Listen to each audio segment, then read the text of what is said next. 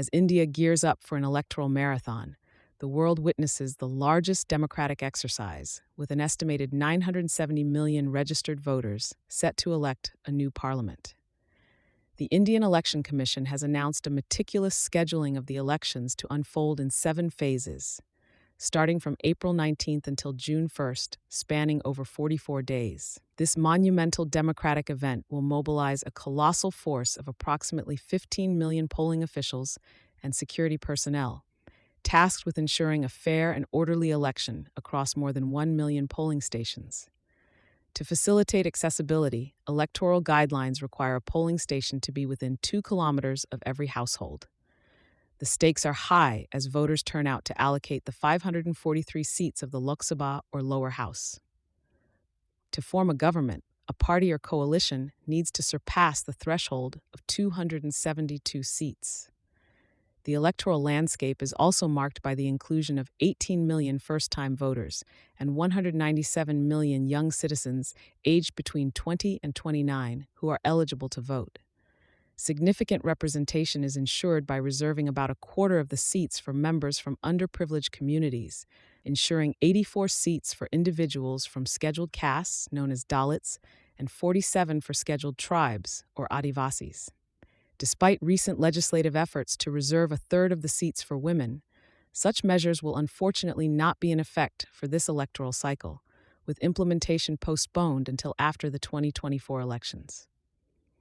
The current Prime Minister, Narendra Modi, is eyeing a third term with considerable confidence, as his party, the Bharatiya Janata Party, BJP, alongside its coalition, the National Democratic Alliance, is projected to secure a sweeping majority.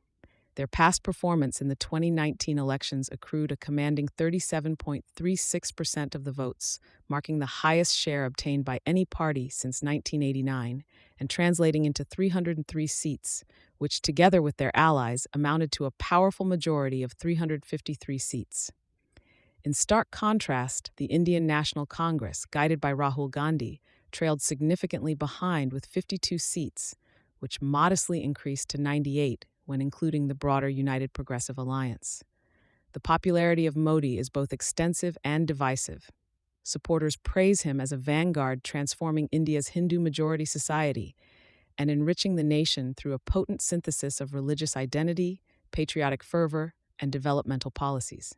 Yet, detractors label him as an authoritarian, polarizing figure who has compromised India's secular institutions and traditions, manifesting a homegrown variant of fascism. His tenure has also been scrutinized for the marginalization of the Muslim minority, which constitutes 14% of the population.